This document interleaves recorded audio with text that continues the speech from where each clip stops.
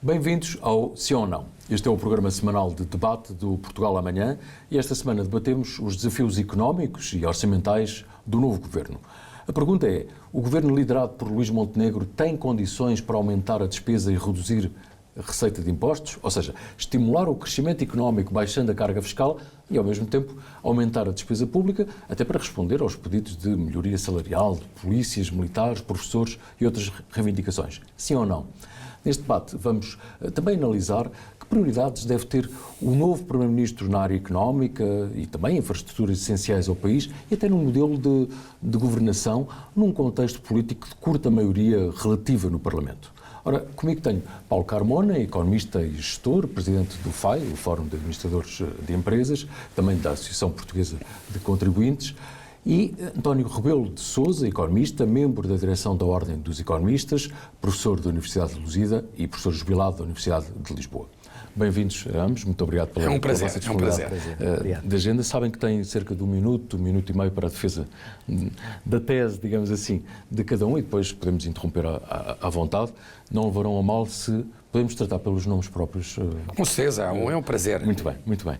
Então, Paulo, começo por si. Pelo lado do sim em relação a esta pergunta provocatória, se haverá ou não aqui margem para aumentar a despesa e ao mesmo tempo reduzir receita e depois a seguir falamos das prioridades económicas do Governo.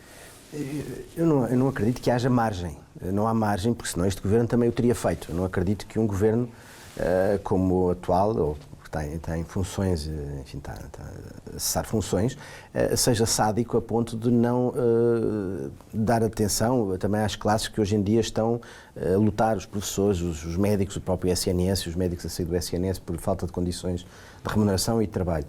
Portanto, de facto não há essas condições, senão o Governo o teria feito.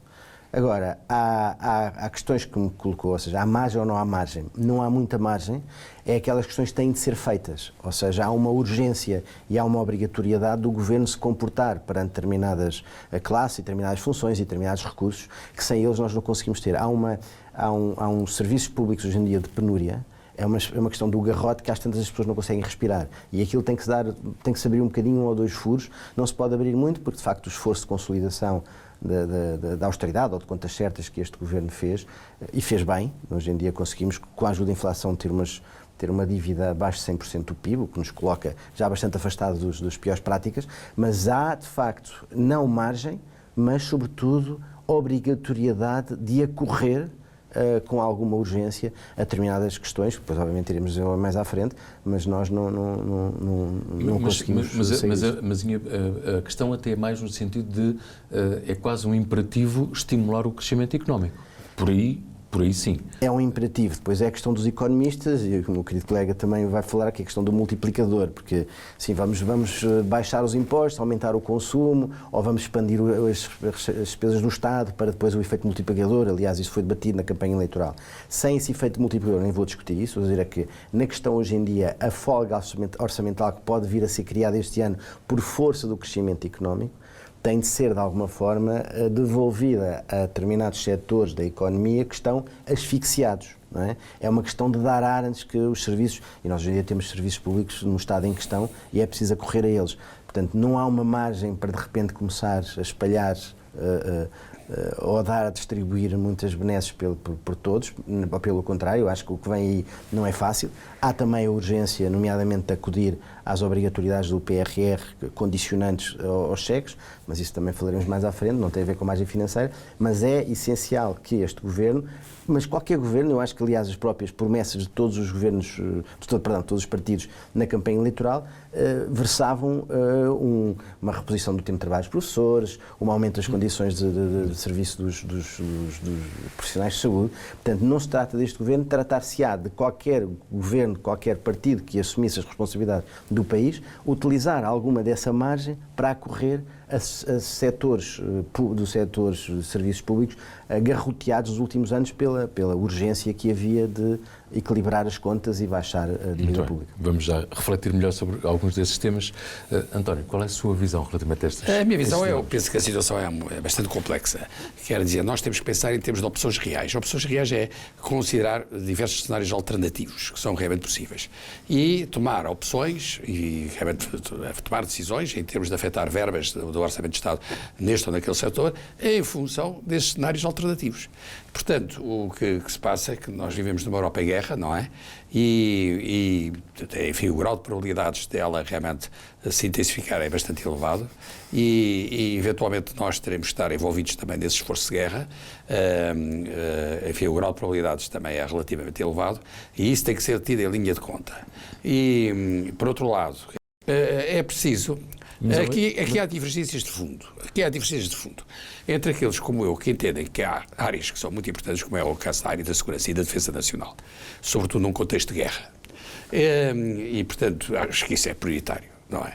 E aqueles que defendem que realmente há outras áreas que são também importantes e são também prioritárias, como é o caso realmente do Serviço Nacional de Saúde, como é o caso da educação, como é o caso realmente da habitação, enfim, várias áreas que são realmente prioritárias, mas de facto pode-se fazer aí um esforço e eu sou partidário de que realmente até se deve fazer um orçamento retificativo. E estou de acordo com a ideia de um orçamento retificativo que contemple as situações realmente mais agudas, digamos assim, essas prioridades, nesses diferentes setores. Mas eu acho que não se deve esquecer aquilo que é realmente verdadeiramente prioritário, que é aquilo que diz respeito à área da defesa e da segurança nacional.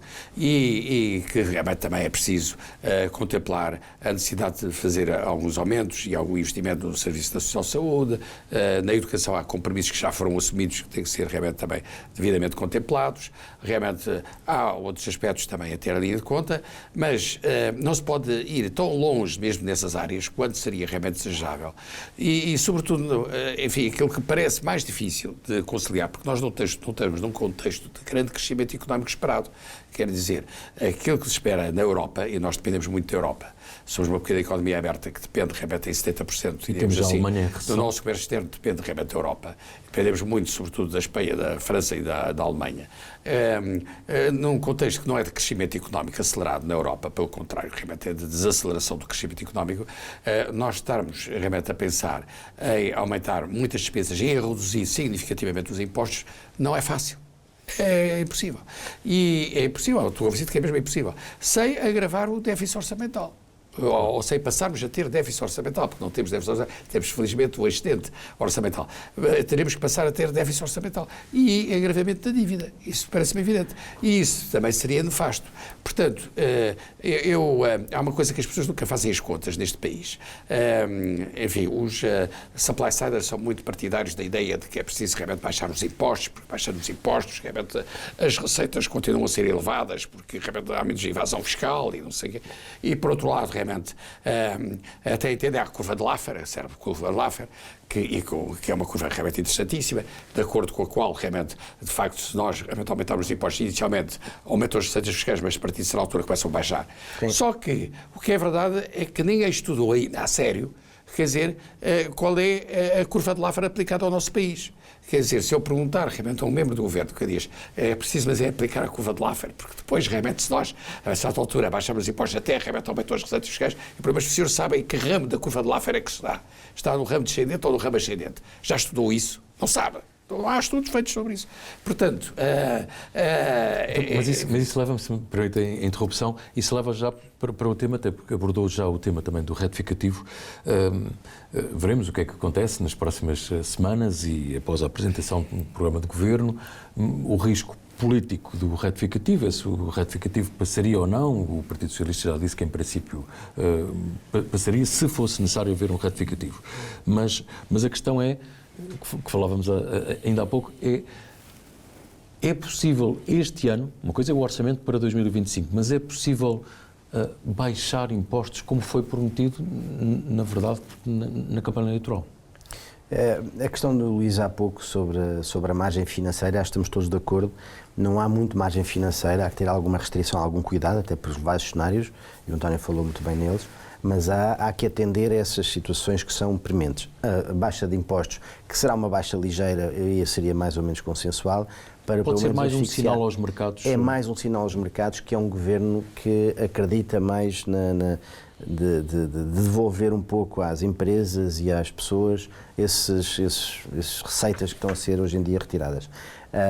Não acredito que vá ser uma poupança fiscal enorme para todos, até porque não há condicionamentos para isso, portanto, e este governo apresentou um programa até bastante moderado em termos de impostos, ou digamos realista, portanto, há vontade, e isso é importante para os mercados, há vontade em de facto fazer um desagravamento fiscal à medida que se conseguirá, né? Mas depois temos que acudir, e nós sabemos que este próximo governo vai tentar fazer as tais omeletes com muito poucos ovos, né? Para as circunstâncias. Há de haver um crescimento económico modesto, claramente, os cenários apontam para isso. Uma desaceleração ligeira em relação ao ano passado, mas não será muito, porque temos ainda a benção de São Cristóvão, padroeiro do turismo e dos viajantes, e isso continuará a bafejar Portugal e os países dependem do turismo, Espanha e Grécia, com crescimentos acima da Europa industrial, como a Alemanha, que tem o problema da China. Isso é que está a pesar um pouco nas suas exportações e no seu crescimento, mas enquanto isso acontecer, nós temos aqui alguma folga de crescimento, e essa folga de crescimento poderá ser aproveitada para fazer aquilo, se me perdoa o Bloco de Esquerda e o Pedro, fazer aquilo que não foi feito ou acudir àquilo que hoje em dia está a ser, foi posto de lado. Toda esta consolidação orçamental que foi feita de uma forma, digamos, artificial, tirando aqui, tirando acolá, que já vinha atrás, já vinha da Troika, já vinha dos PECs do engenheiro Sócrates, já vinha dos processos de déficits excessivos para parte de Durão Barroso, lembramos que o famoso discurso da tanga, portanto, o último governo de Guterres já apanhou com o processo de déficits excessivos, nós estamos há 20 e poucos anos em sistema condicionado de finanças públicas, com uma observação um bocadinho mais intensa, ou às vezes menos intensa por parte da União Europeia, mas que de vez em quando, se puderem, aplicam-nos digamos, alguns condicionantes, como aconteceu agora no PRR, vocês levam o cheque, mas vejam lá que têm que fazer determinadas reformas, a administração pública tem que ser feita até setembro, senão não há o cheque. O Pedro Dominguinhos falou isso recentemente. Portanto, há determinada urgência que pode...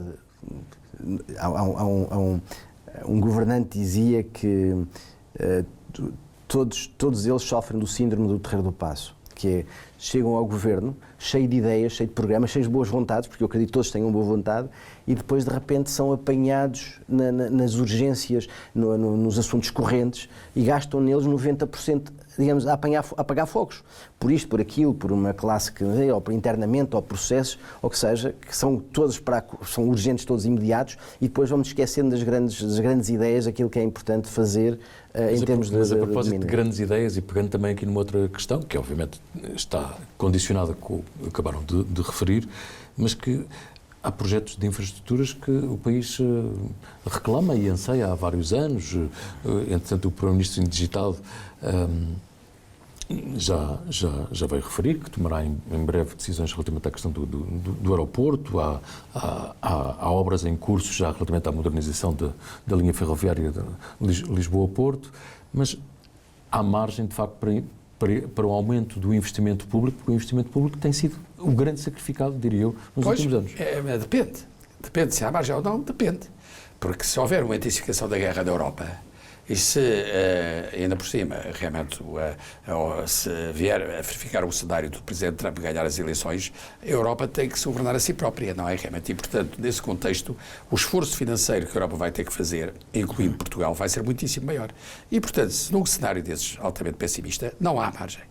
Agora, se de facto a evolução for outra, se ganhar o Presidente Joe Biden, se realmente os Estados da América estiverem a apoiar realmente a Ucrânia, se realmente as eleições europeias correrem muito bem, se a maioria democrática na União Europeia continuar a existir, o Partido Popular mais o Partido Socialista Europeu realmente tiverem realmente uma ampla maioria, mais o Partido Liberal, enfim, se tudo correr desse ponto de vista bem, e se a Europa não tiver uma recessão, não conhecer uma recessão, enfim, significativa, se houver realmente alguma recuperação da situação económica, então poderá haver alguma margem. Aí poderá haver alguma margem. Portanto, nós temos que falar nestes termos hoje em dia, porque as pessoas, quando se fala realmente da conjuntura económica, nem sequer falam da guerra da Ucrânia. Não falam da guerra da Ucrânia.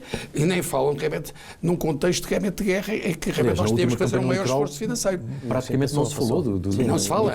Não se fala. E, portanto, realmente as pessoas fazem de conta que isso não acontece, não é? Aparece nos jornais e tal, e aparece na televisão, mas não acontece. Portanto, eu olho para a situação atual e eu, por exemplo, em termos de impostos, eu acho que a redução, por exemplo, do IRC para as pequenas e médias empresas, enfim, é uma coisa que se deve fazer porque o impacto orçamental é muito reduzido. É muito reduzido, quer dizer, a redução, digamos assim, de receitas que isso vai implicar não é significativa. Já, realmente, se for uma coisa transversal a todas as empresas, realmente, e que realmente inclua também as grandes empresas, isso já tem um certo impacto, realmente, orçamental. E, portanto, eu cá, enfim, tenho dúvidas em fazer uma redução, realmente, do IRC igual, realmente, para as grandes empresas e para as pequenas e médias empresas. Acho que, porque isso já vai ter algum impacto orçamental. E, portanto, faço isso por uma razão de ordem prática. E do IRS também não poderá ser grande coisa, porque o IRS realmente aí tem grandes implicações, realmente, em termos de receitas fiscais. E, portanto, enfim, eu penso que o Governo está muito condicionado. Eu acho que este Governo vai estar realmente muito condicionado, tem que ser muito hábil, tem que ser... E acho que quanto mais cedo se fizer realmente o orçamento retificativo, melhor é. Porque o orçamento retificativo deve ser uma coisa realmente que diz especificamente respeito a áreas consensuais e em que há uma situação de emergência. Uma situação de emergência. E realmente faz isso em relação à situação de emergência. E pronto, e lá se vai ao ar realmente o excedente orçamental. Mas pronto, faz isso em relação a uma situação de emergência. Mas deve-se contemplar, e isso é muito importante, realmente o reforço de verbas para a defesa. Realmente isso é algo que é essencial, porque ninguém compreenderia neste contexto que não acontecesse isso. Porque não acontece neste contexto, então quando é que acontece? Quando realmente tiverem a cair mísseis em Lisboa, quer dizer vamos ter que esperar pela ocasião em que realmente cai um míssil realmente em Lisboa para nós realmente fazermos uma coisa desse género. É preciso ser-se muito responsável na gestão orçamental e na gestão das finanças públicas, porque vamos viver uma época, tudo indica, muito difícil, muito difícil. Mas nesta navegação à bolina, digamos assim, é natural também que o novo Primeiro-Ministro, ainda por cima com a margem de manobra que ele tem no Parlamento, que é de facto diminuta, mas quer deixar alguma marca, até porque se entretanto houver eleições, não sei, se o orçamento para 2025 não passar e houver uma queda do governo, portanto haveria eleições. Que marcas é que, na vossa opinião, deveriam ser deixadas, ou pelo menos alguns sinais, falámos há bocado de sinais relativamente ao mercado, mas até do ponto de vista da governance, o que é que poderia ser feito já de diferente para dar um exemplo? Pois é, esse tema da diferença que é importante, porque não existe margem financeira, estamos todos de acordo, a margem é muito pequena, mas há coisas que têm mesmo que ser feitas. A redução de impostos tem que ser de uma forma, porque a questão significativa de devolver às famílias, estão asfixiadas. As empresas aí discordamos. Eu acho que hoje em dia temos impostos progressivos, o que não faz sentido, que nós queremos que as empresas sejam grandes, estamos a penalizar quem cresce, portanto mais vale ser uma PME pequenina, porque acaba por não ter, o tal vale da morte, acima de 50 trabalhadores, há um vale da morte que só aparece quando tiverem 120 trabalhadores, porque hoje em dia é muito bom e é muito acarinhar ser PMEs, nós estamos a baixar os impostos para as PMEs, eu acredito nessa mas acho que é injusto para quem quer crescer, portanto nós temos que promover o crescimento. E depois a curva de Laffer, só para falar há pouco, é uma questão que eu acho que é mais empírica, não há muitos estudos sobre isso, nomeadamente sobre a questão portuguesa, mas é uma questão empírica. Se eu consigo fazer uma poupança de 100 mil euros, se calhar vou empregar formas de optimização fiscal que me custam 30 mil, 40 mil para não pagar esses 100 mil. Não é?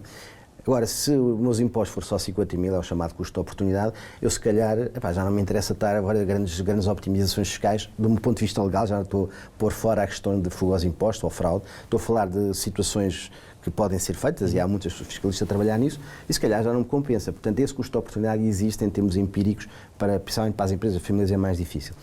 Agora, em termos de governança, por isso é que eu acho que este próximo governo tem que ser excepcionalmente competente e tem que ter muito cuidado para vencer o seu programa nas coisas que são essenciais e prioritárias, ao mesmo tempo que, do outro lado, segurando a questão orçamental, que é uma parte muito importante.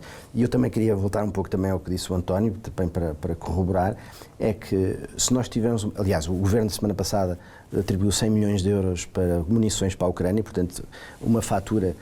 Bem, para a nossa dimensão de país pobre é uma fatura que pesa um bocadinho, mas em termos solidários é algo que Portugal teria que fazer, não é? Em termos de apoio. A guerra prolongando-se vai exigir muito mais da União Europeia em termos de responsabilidade de defesa, mas se a guerra acabar, temos outra espada em cima de nós, que é a questão da reconstrução da Ucrânia, que vai exigir uma fatura enorme da União Europeia e vai fazer perigar, e se a Ucrânia então integrar a União Europeia, tudo o que é cheques e apoios e reestruturação e os fundos que nós temos será canalizado para a Ucrânia e mesmo sobre os contribuintes portugueses numa questão solidária com essa reconstrução da Ucrânia. Portanto, tudo o que vem, acabando a guerra ou não acabando a guerra, aquilo vai ser um peso grande no horizonte. Sem falar no tic-tac demográfico que nós temos.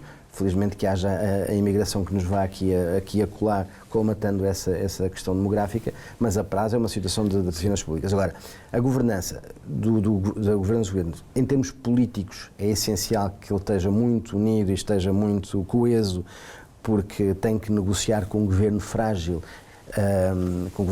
politicamente e parlamentarmente, e não estamos a falar nas condições de 85, porque em 85, com o professor Cavaco, tínhamos tido uma saída limpa da parte do FMI e havia dois galos, entre aspas, o PRD e o PS, a lutar pelo protagonismo no centro-esquerda. Hoje em dia temos imensos partidos, uma polarização enorme na Assembleia da República e todos eles a competirem para se ver quem é que é mais oposição ao governo, para falar para o seu eleitorado. Estão a ver, eu sou muito mais oposição, eu castigo muito mais o governo. Há uma situação política muito complexa e vai exigir muito, em termos de governança do governo, ter pessoas competentes na administração dos vários ministérios, dos vários pelouros, para fazer aquilo que tem que ser feito, com uma restrição política ativa de negociar com os seus parceiros à esquerda, negociar com os parceiros à direita, fazer uma báscula, ser um pouco partido de charneira, como aliás o PS minoritário o fez, o engenheiro Sócrates, tanto negociava à esquerda como negociava à direita e fez isso e até de uma forma bastante bem, como partido de charneira. Nos lembramos do orçamento do queijo limiano. Sim, exatamente também. Temos aqui uma ditadura terrível, que é a ditadura do tempo, apesar do espírito democrático e de liberdade que aliás vós sois bem o exemplo. António, mesmo para concluir, neste tema de governance e de marca, o que é que o Primeiro-Ministro agora poderia tentar até ao final do ano deixar como marca, enfim, 2 ou 3 medidas?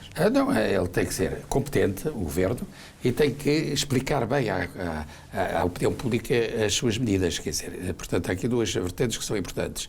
Ele estar sempre em cima do acontecimento, realmente ser eficaz, competente, conseguir alguns resultados em termos de Serviço Nacional de Saúde, de estabilidade social, realmente de alguma satisfação com as medidas que, entretanto, são implementadas, mas, ao mesmo tempo, estar sempre a explicar realmente as medidas que estão a ser implementadas. Porque há aqui um síndrome que nós temos ultimamente, não é só da vida política portuguesa, enfim, em vários países, que é o síndrome da responsabilidade governamental. Quer dizer, as pessoas têm medo da responsabilidade governamental porque pensam, se eu vou para o governo, realmente vou ser desgastado, realmente vou desgastar-me e, portanto, que é bom estar na oposição. Eu estou na oposição e depois hei de ser um dia governo, não é? Ora bem, isto é o que as pessoas realmente pensam. E isto qualquer dia ninguém quer ser governo. Ninguém quer ser governo. E querem ser todos oposição, o que é realmente impossível, não é? Ora bem, a maneira que... Ora, é preciso também pensar-se noutra hipótese. Se for o governo, bem, de uma forma competente, de maneira que as pessoas acreditem nesse governo. Isso aconteceu em certas circunstâncias. O próprio António Costa, realmente, a certa altura, na sua governação, tinha uma boa imagem, conseguiu uma boa imagem. Foi por isso que ele teve a maioria absoluta, realmente, não é? Realmente, porque mostrou ter alguma capacidade de governação. O professor Cavaco e Silva, realmente, quando teve um governo minoritário, e naquele pouco tempo que esteve no governo minoritário, deu uma boa imagem de si próprio. Mas para isso é preciso ter, realmente, uma boa comunicação, realmente com o público e com a opinião pública, e explicar o que é que está a fazer e porque é que está a fazer isso. Não ter medo da confrontação com os populistas. Não ter medo disso, não é explicar, mas não, desculpe lá, mas isto é assim, porque qual é a alternativa? A alternativa é impossível, realmente. Em termos realmente de finanças públicas é impossível, é incomportável. Explicar isto de uma forma responsável. Ora bem, se as pessoas têm medo de explicar isso, não se sentem à vontade para explicar, e então por aí nunca conseguirão realmente ser bem-sucedidas, porque depois aí é fuga para diante, porque nunca se consegue satisfazer inteiramente o opositor, que quer sempre mais, realmente, e que acha que é sempre possível ter mais. Portanto, eu acho que essas devem ser as principais preocupações. Eu só queria dizer uma coisa que é importante, digamos... Apela à capacidade de síntese, estamos mesmo... Não, só uma coisa muito importante, quer dizer, em termos de, realmente, a ideia de que baixando os impostos, eu também sou a favor de, quando é possível, baixar os impostos, mas a ideia de que realmente baixando os impostos se consegue sempre realmente necessariamente mais crescimento económico. O que está subjaz a isso é a ideia de que baixando os impostos aumenta a poupança e automaticamente aumentando a poupança aumenta o investimento. Portanto, a igualdade entre a poupança e o investimento existe ex ante, à partida, automaticamente.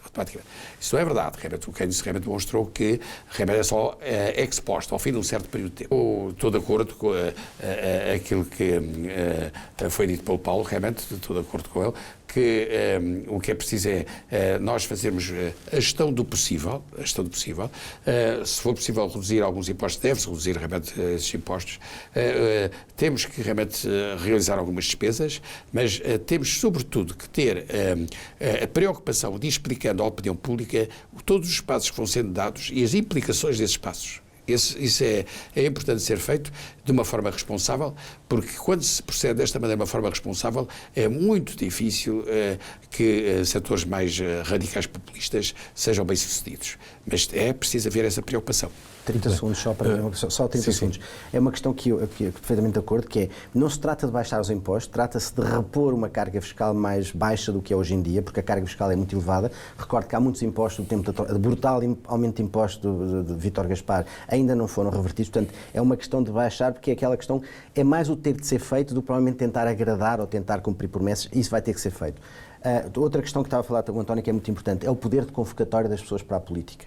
É muito mais interessante para qualquer pessoa ser o melhor amigo do Primeiro-Ministro, como o Lacerda Machado era, porque tem poder, tem influência, tem situação financeira boa, acaba por não ser escrutinado como se fosse um ministro. Portanto, é muito mais interessante ser isso do que ir para a política. Aliás, nós vimos o problema de convocatória que o próprio António Costa teve, na maioria absoluta, acabou por recrutar dentro do seu próprio pequeno círculo e não alargar. Esperemos que Montenegro faça isso e vá buscar pessoas competentes. Ele conseguiu ir buscar os líderes do PSD antigos, do CDS, e conseguiu esse poder de agregação. Agora vamos lá ver se ele tem esse poder de convocatória. Esperemos que sim, porque este governo vai ser muito exigente, como nós aqui acabámos de dizer.